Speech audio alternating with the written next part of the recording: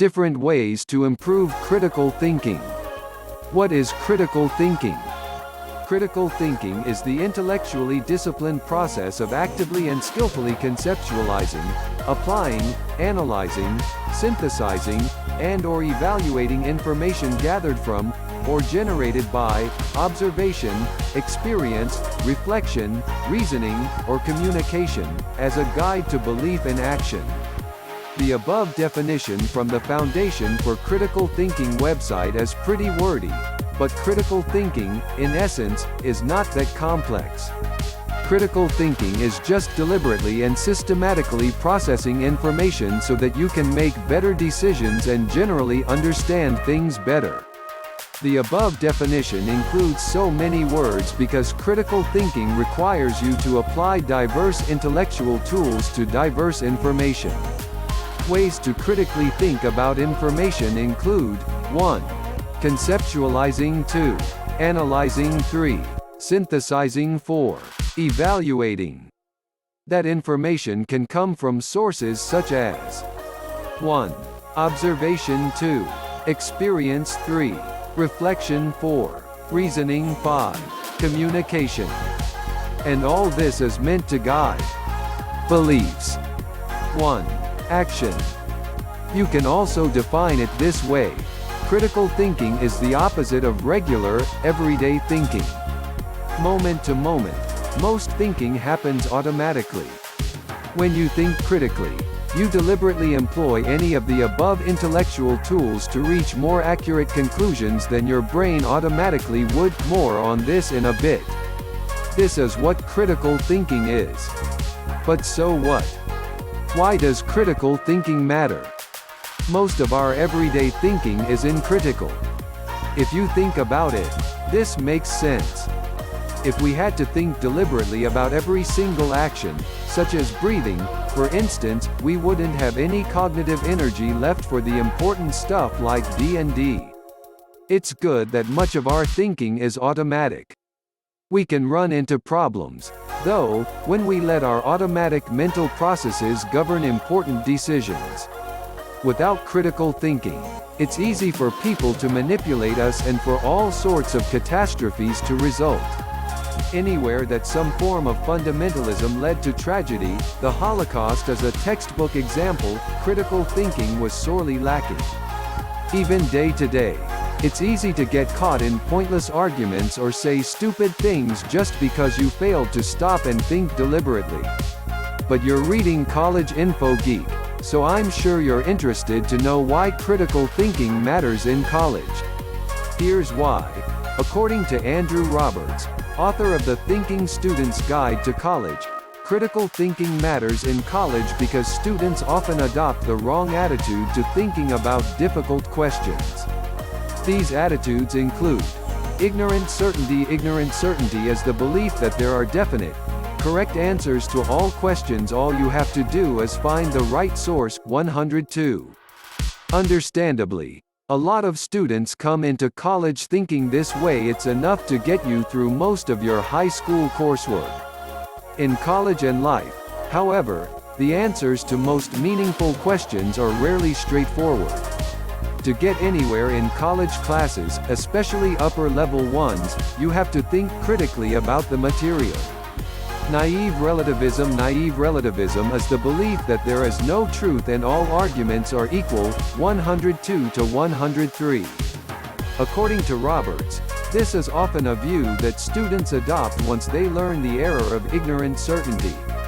While it's certainly a more critical approach than ignorant certainty, naive relativism is still inadequate since it misses the whole point of critical thinking, arriving at a more complete, less wrong, answer. Part of thinking critically is evaluating the validity of arguments, yours and others. Therefore, to think critically you must accept that some arguments are better, and that some are just plain awful. Critical thinking also matters in college because it allows you to form your own opinions and engage with material beyond a superficial level.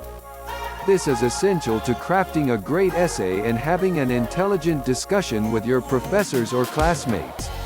Regurgitating what the textbook says won't get you far. It allows you to craft worthy arguments and back them up. If you plan to go on to graduate school or pursue a PhD, original, critical thought is crucial. It helps you evaluate your work. This leads to better grades, who doesn't want those, and better habits of mind.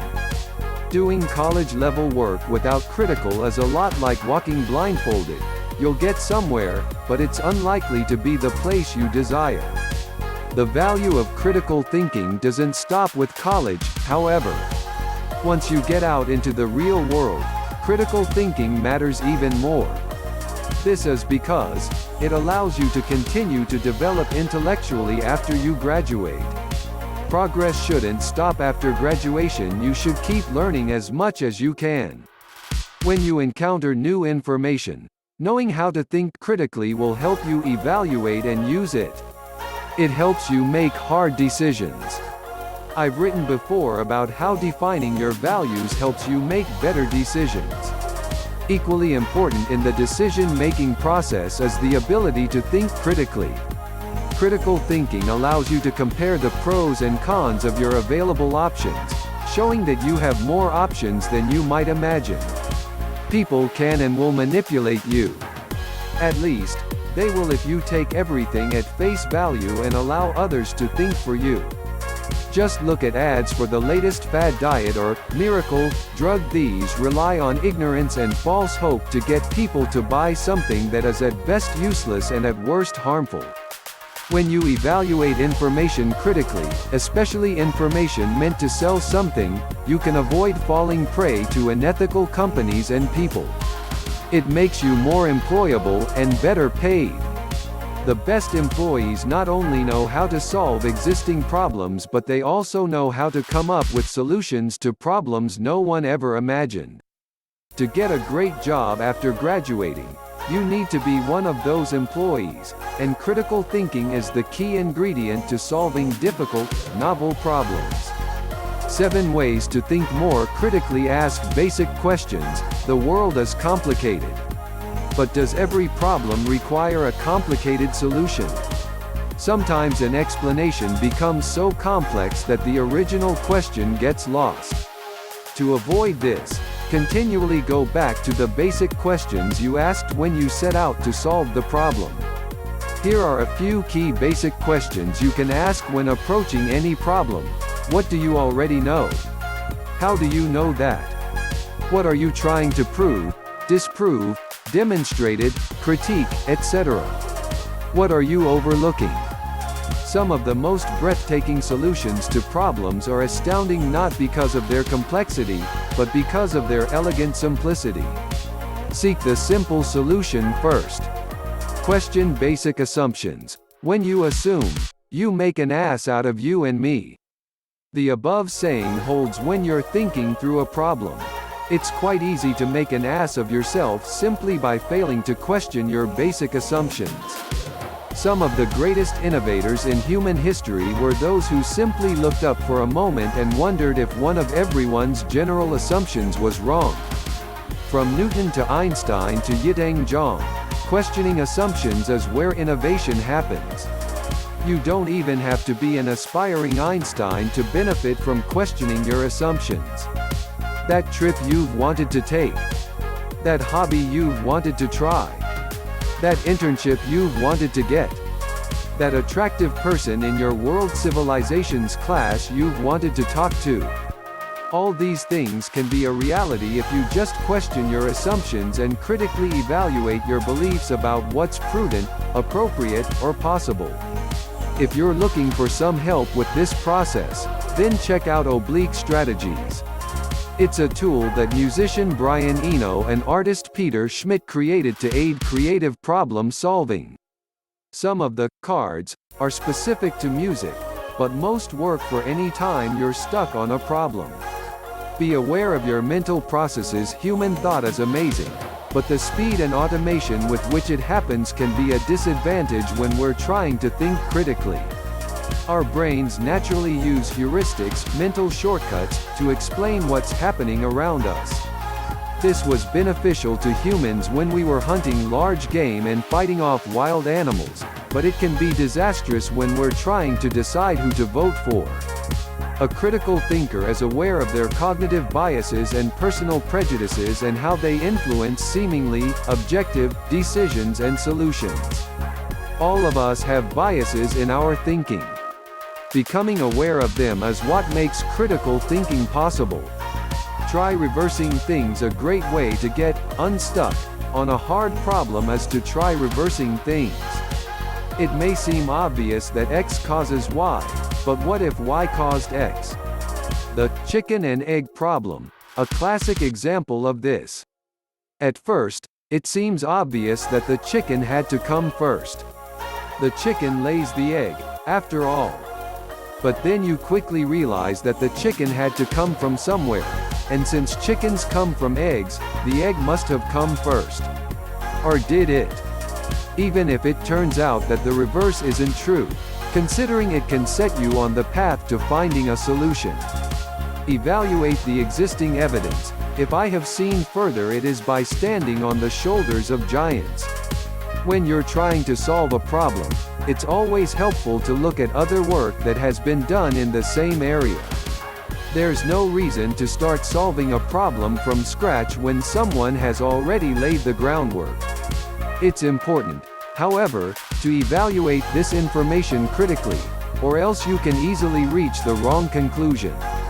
Ask the following questions of any evidence you encounter. Who gathered this evidence? How did they gather it? Why? Take, for example, a study showing the health benefits of sugary cereal. On paper, the study sounds pretty convincing. That is until you learn that a sugary cereal company funded it.